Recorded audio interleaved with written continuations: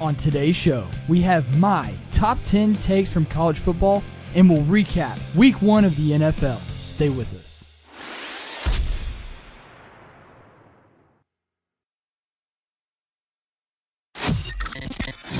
And now, from Louisville, Kentucky, the horse capital of the world and sports junkies' finest, giving you wagering advice and sports analysis. It's On the Switch with your host, Geno G.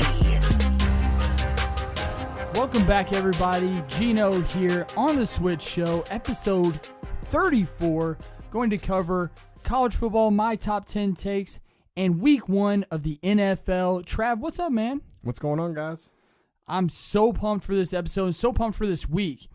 As I talked to you earlier, Churchill Downs opening weekend this weekend starting on Friday. So if you're not on the email route, send us an email at contactus@ontheswitch.com to get on the email route. I'll be sending those out daily for Churchill Downs. Also, big weekend in college football. We'll cover that over the next couple of days. And then, as always, Zack is here on Fridays to cover the NFL when it comes to DraftKings, the Millie Maker.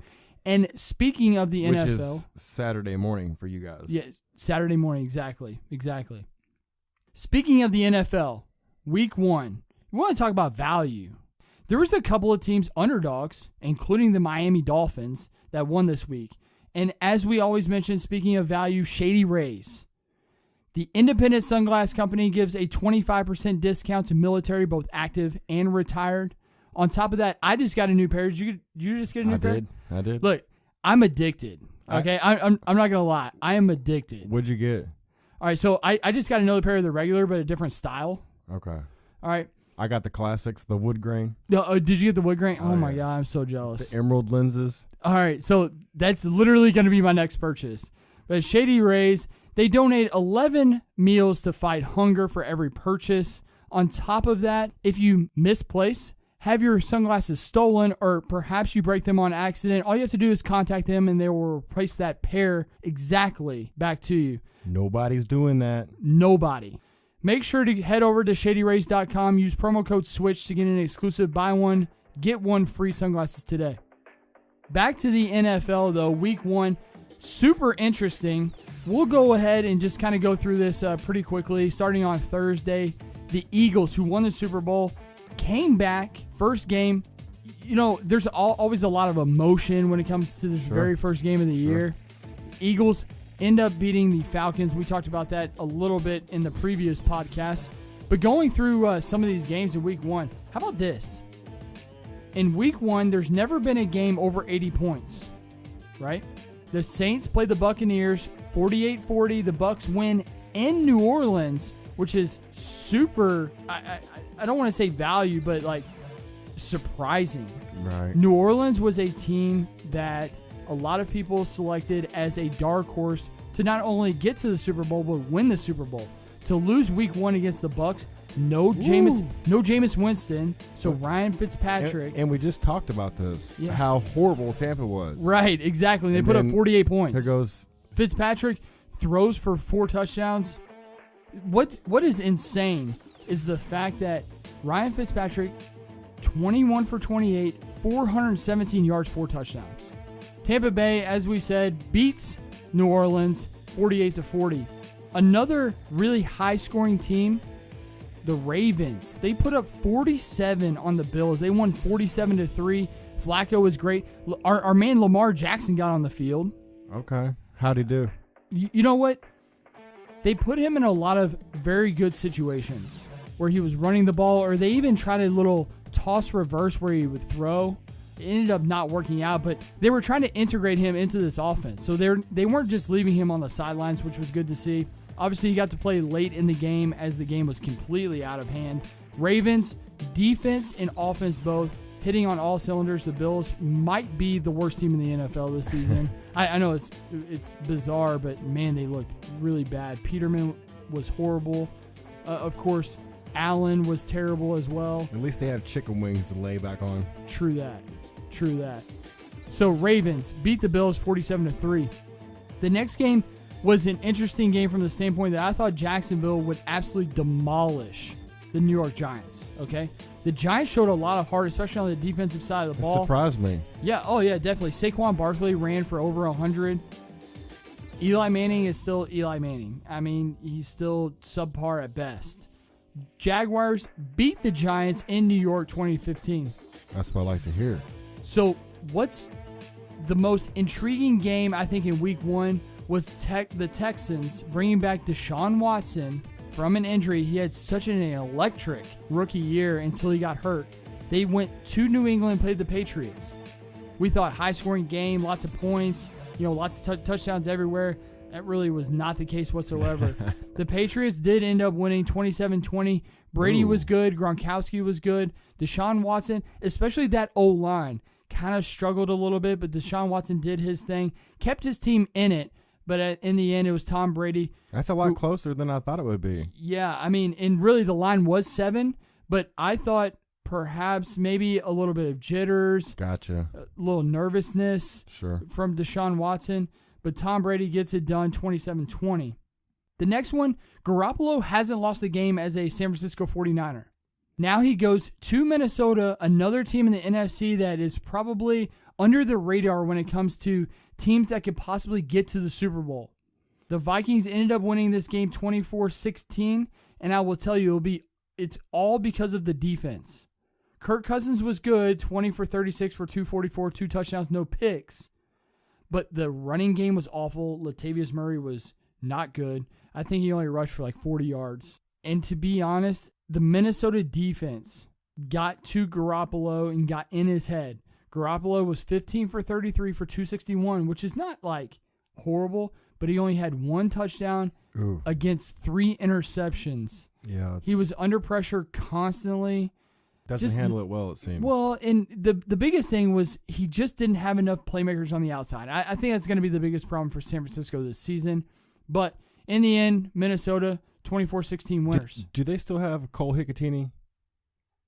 Not that I know of. I'm pretty sure he was released before the season started. Oh, that's unfortunate. One of my favorite players. Mine too. He's a gem. I would agree. The guy catches everything. Glue for hands. I can't believe he didn't do more. Right. No, I completely agree. And speaking of odd, the Tennessee Titans went to Miami and played the Dolphins. This game got delayed 4 times. 4 times this game got delayed due to lightning. As it ended up, the Dolphins ended up winning 27-20 over the Tennessee Titans. To be honest with you, Marcus Mariota got hurt. So in came Blaine Gabbert, and Gabbert is obviously garbage. Yeah, I mean, I'll go ahead and say it. Not very good. Tannehill was decent in his return. He was 20 for 28 for 230, 2 touchdowns, 2 picks. Frank Gore. All right, Frank Gore, he has to be 45? At least. the guy is just like super old, but he went out and did his thing. He only got 9 touches, but he carried it 9 times for 61 yards. Kenny Stills did his thing. He had 4 receptions, 106 yards, 2 touchdowns for Miami. Miami winners, 27-20. And maybe what was the most anticipated debut was Andrew Luck back on the field for the Colts against the Bengals. Obviously, the 2 cities are not far apart, so they're kind of rivals, but not really rival. I don't know how to say it, but they definitely share the same TV market. Yes, 100%. 100%. The Bengals, as I have predicted, Andy Dalton would have a much better season this season than he has in the past couple. He went 21 for 28 for 243 and 2 touchdowns in a 34-23 win. More surprisingly, Andrew Luck threw the ball 53 times in this game. 53 times, yes. Okay. 53 times. He was 39 for 53 for 319, 2 touchdowns and a pick. The craziest thing, the Indianapolis Colts, listen, the Indianapolis Colts got the ball within the 20-yard line, so in the red zone. They came out 3 times. They came out with 0 points. 3 times. I'm just surprised that they let him throw that many passes. 53 considering, times? Are you kidding me? Wow. Unbelievable. Well, speaking of unbelievable, the Browns get off the schneid, right? 0-16. My gosh. 0-16 last year. Guess what? They get off the schneid and they tie. They don't even win. I couldn't believe it, though. You tied the Steelers, like. Right. I mean, like, no kidding. In an absolute slop fest. Yeah, it was terrible. Rain galore, cats and dogs, right? 21-21 tie. What was great about this game is the fact that the Browns, who were down 21-7, made a run defensively and offensively to get back into this game, win 21-21. They actually had a chance. Tyrod Taylor throws a pick with 20 seconds left around, I think they were on the plus side of the 50. Right. He threw the ball around to the 20-yard line to Josh Gordon. It was intercepted, which could have ended up being caught. Game-winning field goal. Sure. Speaking of field goals, very last seconds of overtime, they had a chance to win the game. Gets blocked. Oh my! I saw that. Unbelievable. That was a heck of a game. Yeah, it really was for a Browns game. Right. I mean, it was entertaining to say the least. Yeah. So Tyrod Taylor, he was fair at best, but as we've always said, like, he just doesn't turn the ball over. So he's a guy that keeps your team in the game because he just doesn't give the ball away. 21-21 tie in one of the most intriguing games of the day. Next, we had the Chiefs and the Chargers. Chargers is a team that both Zack and I talked about as sleepers to get to the NFC title game, perhaps to the Super Bowl, representing the AFC, and they got absolutely drubbed by the Chiefs, 38-28. And to be completely honest with you, Mahomes might have been the best quarterback. I mean, minus maybe Fitzpatrick and Breeze in that huge 48-40 game. Mahomes might have been the best quarterback. He went 15 for 27 for 256 and 4 touchdowns. Mahomes was great. Rivers was good as well. He was 34 for 51 for 424 and 3 touchdowns and a pick. He always is. He really is. Keenan Allen did his thing, 8 receptions for 108. But how about this? Tyreek Hill, 7 receptions, 169 yards and 2 touchdowns. Absolutely just 8 Yeah. against that Chargers D. Wow. Whoever had him on their team did well. Absolutely. He alone could have won you a game. I mean, seriously, though. And perhaps what was, for Zack at least, and what he said, he loved Case Keenum. Right? He did. He talked about Case Keenum a lot. Case Keenum, Denver Broncos, though, beat the Seattle Seahawks 27-24. Keenum, 25 for 39, 329, 3 touchdowns, 3 picks. He obviously scored plenty of points in this game. He was very, very good. Emmanuel Sanders, a guy that, again, Zack loved Emmanuel Sanders this week. 10 receptions, 135 and a touchdown. Definitely did his thing. Seahawks, Russell Wilson did everything he possibly could for his team. They end up being losers, though, 27-24. And perhaps what was the most boring game besides the Ravens, though, was the Panthers and the Cowboys.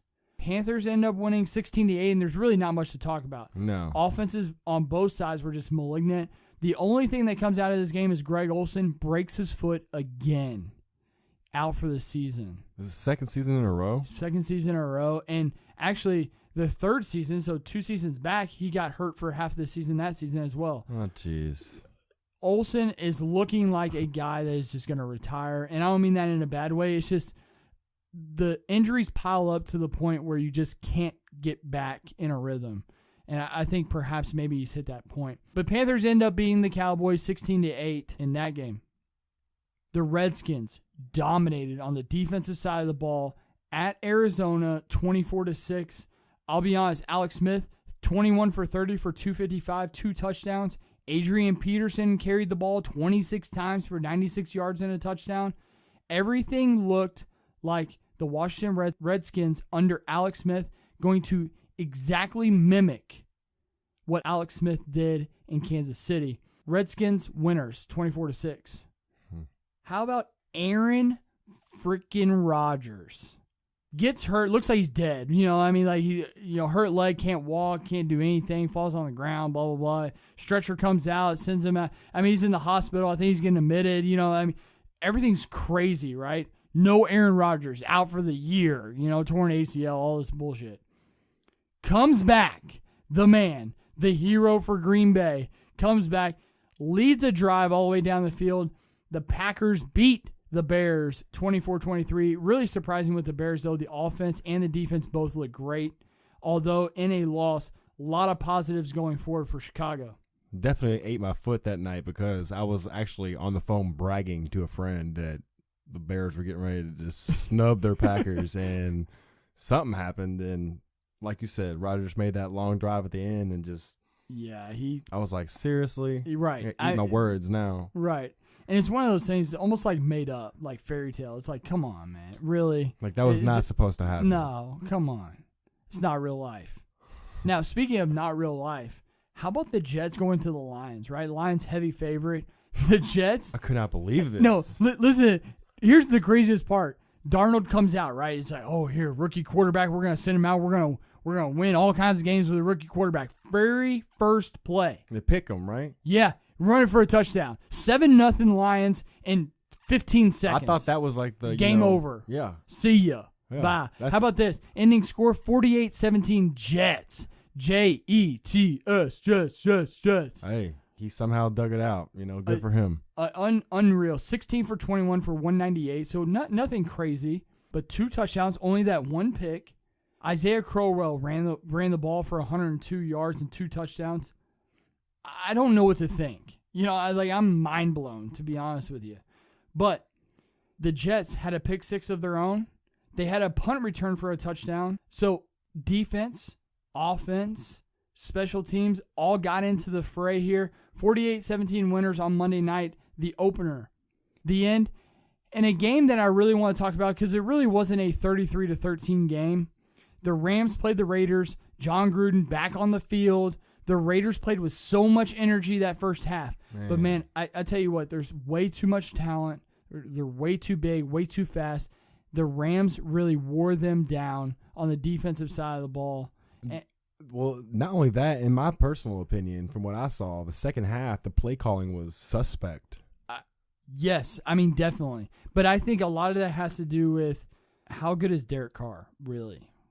I think he's a little overrated personally, but, that's still said to be seen. What is it? He's been there, I guess this is probably like his 5th season, probably. Yeah, like 5th season. But, it's one of those things where at some point you just have to take a step forward, and I don't know if Carr is that guy. So that's a recap. NFL Week 1 had a lot of great things on last Saturday's episode, NFL with Zack, our NFL expert. I'll be honest with you, if you haven't gone back and listened to that, go back and listen to it and see how correct he was. That's one of the keys here. You want to talk about value? You play DraftKings. I don't care if it's a quarter game, $1 game, $2, $3, $20, $100, $1,000. This guy was spot on a lot of things. Obviously, you can't be right about everything, but when it came to core guys that he liked, he was spot on this week. You need to go to our Twitter, drop us a follow at On The Switch 1, Facebook. Listen, I'm telling you, on Sunday, and I don't mean to jump around here, but on Sunday, we're going to be going live on Facebook from Churchill Downs. Just for a moment. For opening weekend, we want to give you all a look into Churchill Downs, a little bit into a suite, kind of give you a look around, show you all exactly what everything is about, and to touch you all on another platform. If you haven't already, speaking of platforms, iOS, Android, everything, go subscribe to us. Make sure to hit the heart so you can get an email when a new podcast is dropped. Now, to my favorite part. Geno's Top 10. College football, week 2, top 10 takes from this week. I'm going to start at number 10. Stanford. They defeated USC 17-3. I said on this podcast, if USC is going to win this game, you have to stop Bryce Love, period. End of story. Make Costello beat you. Well, guess what? Bryce Love, 137 yards on the ground and a touchdown. He also had multiple catches for 60 yards. This is the issue. If you want to beat Stanford, you have to stop Bryce Love first. Until you stop Bryce Love, you have no chance of beating Stanford, period. End of story. Costello was great when asked. When he needed to do something, he produced. The defense is going to be the key for Stanford. As long as they can keep up this rate when it comes to their defense, they're going to be really, really tough in the Pac-12. And speaking of the Pac-12, with this win, they now have a stranglehold This is one game that they don't have to be afraid of anymore. They still have Washington. They still have Oregon on the docket. So they're not out of the fray yet. But Stanford, first step ahead, number 10 on our top 10. Number 9 is a team that we talked about before, and everybody's still playing against them. And now they have a big game this upcoming week, and that's Boise. Boise State defeated UConn 62-7. Wow. Absolutely just demolished them. It was incredible. From go, 35-0. I mean, you blinked and wait, 21-0? Huh? 42-0? What is going on? Brett Ripon could perhaps be one of the top quarterbacks the first 2 weeks of this season. I'll tell you, more than their offense, their defense has what's been so impressive with them. I know it's hard to expect a lot when you play teams like UConn and Troy. When it comes to the defensive side of the ball, like you expect high quality defense, but they haven't missed a single tackle this season. They're the only team in the nation that hasn't missed a tackle this season. That's going to come into play when they go to Stillwater this weekend and play Oklahoma State. I'll give you a little foreshadowing. This is a game we will be talking about when breaking down some of the games this upcoming weekend. Boise at Oklahoma State, huge top 25 matchup this weekend. Let's watch for Boise. At number 8, Herm Edwards, Arizona State. We talked about it on the Pac-12 podcast. He has a guy in Manny Wilkins that he can lean on. But it's Herm Edwards. He's in his 60s. How well is he going to do? There's a lot of question marks on the defensive side of the ball. How is that going to work out? Well, how about they defeated Michigan State at home 16-13 on a last-second field goal. As we talked about with basically every team in the Pac-12, it's all about defense. Can you defend? If you can't defend, you're not going to win games, especially in conference. They held Michigan State to 13 points. Look, LJ Scott had nothing. Lewerke looked lost out there.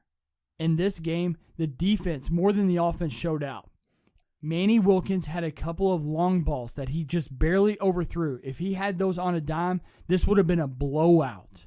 A blowout. Instead, it was a couple of points instead of a couple of punts instead of a couple of touchdowns. If those are reversed, this game is like 30-13, and it's never close. And perhaps instead of at 8, Arizona could be maybe in the top 3. At number 7, though, I'm going to talk about Penn State. It took them forever to get going, but they ended up defeating Pitt 51-6. And I know I said it took them forever to get going, but when they got going, holy shit. They poured it on to Pitt. They really responded well from last week's OT win over Appalachian State, where they just looked awful. McSorley was great in the Appalachian State game. This game, not so much. He was fair at best. I like the way how they went to Pitt after the overtime win. They ended up demolishing a Power 5 team, although, again, it is Pitt, so take it with a little bit of grain of salt. But they ended up showing out, doing what they were meant to do, and that was just absolutely destroy a team in Pitt. At number 6, yes, I'm going to say it. Kentucky. Kentucky comes in at number 6. I know we're huge Louisville fans, but look, you got to give a shout out to Coach Stoops and all the kids at Kentucky. 31 years was long enough. They defeated Florida 27-16. I had so many questions coming into this game, as we told Chris, who was on the podcast for the SEC. I said, look, man, I know you picked Kentucky over Florida, and I even said on the podcast, I think Kentucky actually has a chance against Florida. But it will have to be quarterback play that wins you the game. You can't run it with Benny Snell 50 times. It's not going to work. After this Central Michigan game, Terry Wilson, I didn't know if he was going to see the field again. I thought Gunnar Hoke could perhaps be the guy. Terry Wilson, I'm not kidding you when I say when the game was on the line, the kid made so many plays to the point of, I was like, how the hell did this guy go to Kentucky and not somewhere else? I mean, this kid showed out with his legs, with his arm. And of course, Benny Snell running for over 100 yards like he always does. Showed out as well. Kentucky, congratulations to all of Lexington and Wildcat Nation, BBN, defeating Florida 27-16, and now giving a leg up In the SEC East, they'll have a showdown with Mississippi State in 2 weeks, and then Georgia upcoming at Athens, which is going to be a tall order. So is the Mississippi State game. I would agree. I would Good agree. Lord. But it's a home game. The Mississippi State's a home game. A little bit different than going to Athens and playing. Okay. Next at number 5 is the only team that lost this week, but we have to mention them. That's Texas A&M. Texas A&M lost to Clemson 28-26 in maybe one of the most bizarre plays that we have ever seen in college football history. A Texas A&M wide receiver catches the ball, runs, jukes, right? He's at the 3-yard line. A Clemson defender comes from behind, pokes the ball out, goes out of the end zone for a touchback. I'm not necessarily saying this is a bad rule, but man, what a way to kind of ruin a chance of winning. Although Texas A&M on their next possession goes down, scores a touchdown to cut the lead to 28-26. They go for 2, could not convert. Clemson shuts them down. But couple of positives for Texas A&M. Mond was great. He was great. Their defense really stepped up. But I'm going to go to the other side and say, hey, take this moment to say, hey, Clemson, wake up. Your defense, garbage. You all gave up 26 points when you should have gave up 6. Your offense, Dabo, look, I love you, right? I wish you would I wish we would pay you $800 million a year to come to Louisville and coach, but pick a quarterback. Quit messing around with this bullshit, back and forth, whatever. Pick a quarterback and go with it. I hate this 2-quarterback system. You're only going to cause yourself pain when it comes to a loss at some point this season if you don't make a choice. Period. End of story. Rant over. Drop mic. At number 4, look, anytime you score 77 points, shout out to Ole Miss, although you all gave up 41 points to Southern Illinois. If you score 70 points, you need a shout out. At number 4, I have Miami, and this is the reason why I have Miami. After you get absolutely embarrassed on national television against LSU, you have to bounce back. Otherwise, this season is going to be complete shit. They defeated Savannah State. I know Savannah State, I get it. 77-0. Both sides of the ball, dominant. Offense, defense, dominant. You have Toledo, at Toledo, by the way, and FIU the next 2 weeks. The at Toledo game, kind of a sneaky game. Florida International, obviously it's in the same state, so there's somewhat of a rivalry there. You have to perform in these 2 games, and I think this was an exact way of Miami getting back on track. They had to get back on track. Winning 77-0 was a key, and that's why they come in at number 4. Number 3 is another team that has a big game this weekend. Foreshadowing, we will be talking about this game as well. Ohio State defeated Rutgers, an in-conference opponent, 52-3. Again, another game that was never close. Rutgers had no chance. And again, the reason why we bring this up, Oregon State scored 31 on Ohio State's defense. They gave up 3 to Rutgers. Much better, much more improved, much sharper this week. Haskins went 20 for 23 for 234 touchdowns. He's obviously another quarterback. One of the top quarterbacks so far through 2 weeks. Dobbins touched the ball 15 times, and we talked about this. J.K. Dobbins. I think once the Big Ten comes, he's going to be a vital part in the success of the Buckeyes this season. Dobbins touched the ball 15 times, scored twice. Now, again, it was a blowout, but this upcoming week, they go to Dallas. Yeah, I think they play in Dallas. It's either Dallas or Arlington. They play in Dallas or Arlington against TCU. We will be talking about this game coming up on one of the next episodes. At number 2, no surprise here, it's Alabama. Alabama defeated Arkansas State 57-7. Tua was fantastic as normal. No let up from the Louisville game. That was the big key. Louisville's not a great team. They weren't a top 10 team, top 25 team, nothing like that. But when you play a highlight game, a lot of times you can get a little bit of a fall off. They came in sharp, took it to Arkansas State immediately. They ended up being winners 57-7, and they are primed for a showdown with Ole Miss at Ole Miss this weekend in what could be an absolute shootout. At number 1, and this shouldn't surprise anybody, one of the biggest games this weekend was Georgia at South Carolina. And I even said on this show, South Carolina money line, South Carolina plus 10, bet all you want, all blah, blah, blah, this and this, that and that, everything South Carolina, and they got absolutely shellacked this weekend. They got absolutely crushed. Georgia won 41-17, and the game was just out of hand immediately. Bentley looked lost out there. A guy that I really thought would have a lot of success just looked like a high schooler. I mean, they made him look like a fool. Fromm did his thing. Again, nothing crazy. I thought they would lean on Fromm a lot would have to lean on Fromm a lot this season, but he really hasn't had to do much. Swift was absolutely fantastic, but I have to give all the props and all the stars. And speaking of stars, go ahead and drop us a 5-star rating. Leave us a comment while you're listening. But speaking of stars, you have to give all the stars to the defense. The defense completely took the crowd out of the game. South Carolina, it took trick plays to move the ball.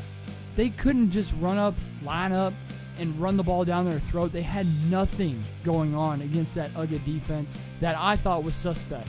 Georgia, right now, and I'll state it here, from what I have seen, which included this weekend in a win against South Carolina, is my number 1 team in the nation. They are the best team right now in college football. That is my top 10 takes from this weekend.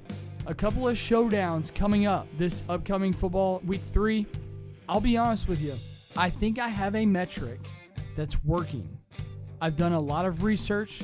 I've done a lot of charting. I've done a lot of Excel spreadsheets on certain things. I don't want to give it out yet to you, Switch Nation, but believe me, if we have another successful week, I'm going to tell you all exactly what this leak is, perhaps what could be a very, very profitable angle for everybody out there listening.